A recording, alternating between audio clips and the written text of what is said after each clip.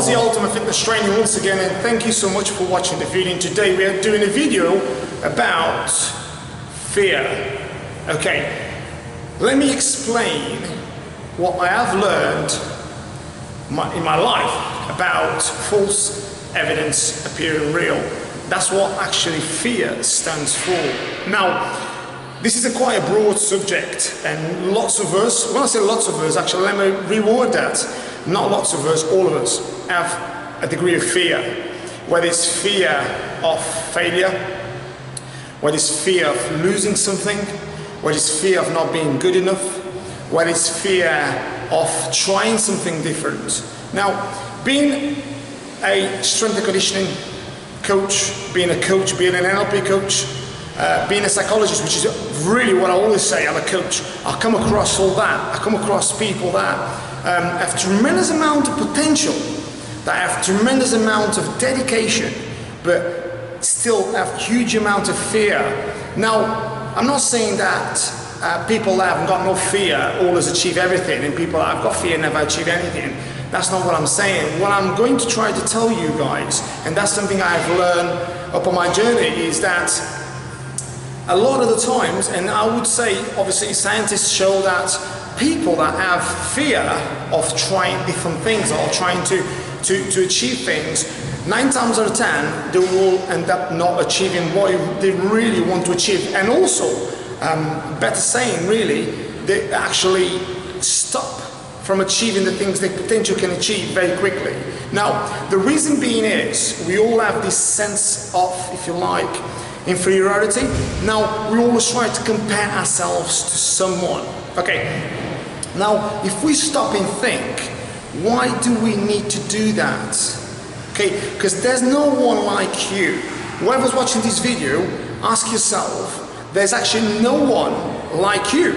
There's actually no one like me. Now, that doesn't make me better than you, or you better than me, or me better than anybody else, or anybody else better than me. What it actually means is you are a unique individual. Like say diamonds. There's only one particular diamond, okay? And that particular size, frame, structure, depth, in-depth, and quality. There's only one, and that's the same with you. Now, it's down to you to overcome all these sort of like, if you like, outside influences to influence you to become this inferiority sort of, to build this inferiority complex that you've got fear of doing something. Now, this kind of leads into what I'm just going to say to you guys about how important this part is like, you know, when you get into a rut, and I've explained this in some of my videos before, when you get into a rut, which means like, say, a cycle, which is a vicious cycle, you repeat something, and all of a sudden, once the fear installs, it becomes an habit.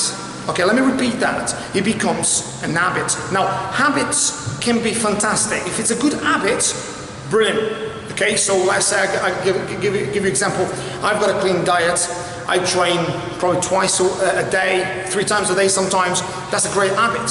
Now, but let's say if I didn't train or I had a really bad diet, that'd be an habit, but a really bad one. Okay, do you see what I mean? Now, that doesn't make me better than you guys. It's just a habit I have built, I love it, and I get the rewards from it. Now, if I had a bad habit, it would be exactly the same. That would not make me better or worse than you guys, it just made me my habit. Now, and this is what happens with you and me. If we create a bad habit, it comes to a point where we build fear. And once that fear is installed, what happens is it actually builds, which is called neuroplasticity. Let me reword that. Stuttering then. I couldn't even say that. It's called neuroplasticity. Now, neuroplasticity, basically, I don't want to overwhelm you with words and whatever. Quite simply, basically, it's an habit in your brain that your brain basically, very simply, creates an habit. It's like neural pathways. Imagine like a motorway. You are going from here to London, and there you go, and you are on that motorway. That's the same with an habit. So it creates an habit, stays on that motorway, and it keeps repeating the same sort of, if you like, journey. Okay. Now, in order for you to change that journey, you need to identify why you fear. And now, remember how I started this video was called false evidence appearing real. So first and foremost is false. It's an evidence that's appearing real, but it's not actually real, is it? Now, years and years ago, we used to have a mechanism, well, when I say years and years, thousands of years ago, there was a mechanism in our brain which still lives in us, believe it or not. Part of our brain is very, very, very primitive. Now, a lot of us don't understand that and think, what the hell? What do you mean primitive? Okay, part of our brain is basically as old as the caveman. Now imagine we are on, say, let me just check in my pocket. I've got an iPhone here, okay? Pretty much, I mean, as you guys all have one of these or a smartphone, you pretty much can work for me if you want to. You can contact anyone around the world. And now imagine, here, inside our brains, we've got something that is literally as old as caveman. And inside of our brains is something that is called the hippocampus. Okay, now, again, I like to simplify things very much so I'm going to simplify it. Now, there's literally something called the hippocampus. Now, and also, there's something called the amygdala. Okay, the amygdala is what sets the fight or flight syndrome. So what I mean by that is, when we become really stressed, when we become very overwhelmed, when we want to try to basically worry about what other people think, when we allow physical stress, mental stress, and all the outside influences outside our, if you like, our strength, and we're trying to control everything, and we think our lives are literally need to be lived in these sort of little, like, tiny, smaller boxes, and it gets to be all coordinated. The hippocampus decreases, the amygdala increases, which then becomes very re-scientized to the fight or flight syndrome. So which then means we become very fearful of everything. Okay, so we fear people, we fear things, we fear changing, we fear talking to people, we being not to trust anyone. We fear, oh my God, does that person think about me? And we become very judgmental to everything, even like, oh, I can see two people walking out there, oh, they may be like this, they may be like that. What the hell? What the hell? We are nobodies to judge anybody. Look, I always say in my videos, we are as equal as anybody on the planet, regardless of how famous, how unfamous, how rich, how poor, how tall, how short, how big, how small. We all came here naked, and we all go naked. You can't take nothing with you. Absolutely, you can't even take this thing, this beautiful body, and I've said this in a couple of my videos. You can't, when I say this beautiful body, reward that. And when I say we all have a beautiful body, that's not mine. Do you know what I mean? I shouldn't have said that. When I'm saying beautiful body, I mean our bodies, regardless of what they are beautiful bodies because we came here for a reason.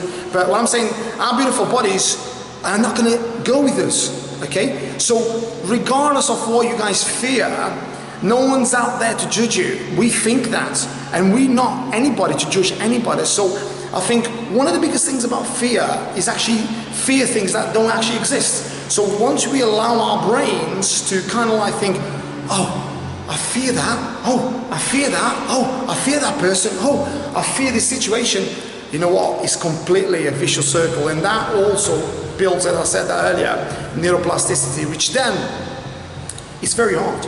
I tell you, it's very hard to change those habits. And I speak to loads of people, let me tell you that. I love talking to anybody because I'm a people's person. I love, that's my job.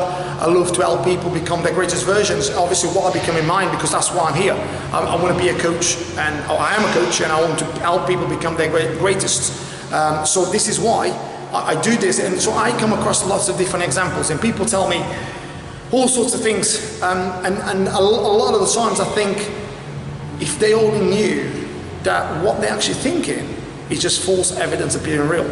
So if we are able to be able to overcome that, you overcome everything in life. Because once you actually start facing the fear, because if you think about it, it's an animal's instinct. If you face a lion, right, I'll tell you, he will stop. If you run away from the lion, he will get your ass. I tell you, try it. No, don't try it. But what I'm saying is, face something you fear. You watch, the fear will stop. And all of a sudden, you'll become friend with the fear. And that's what I want to leave you with.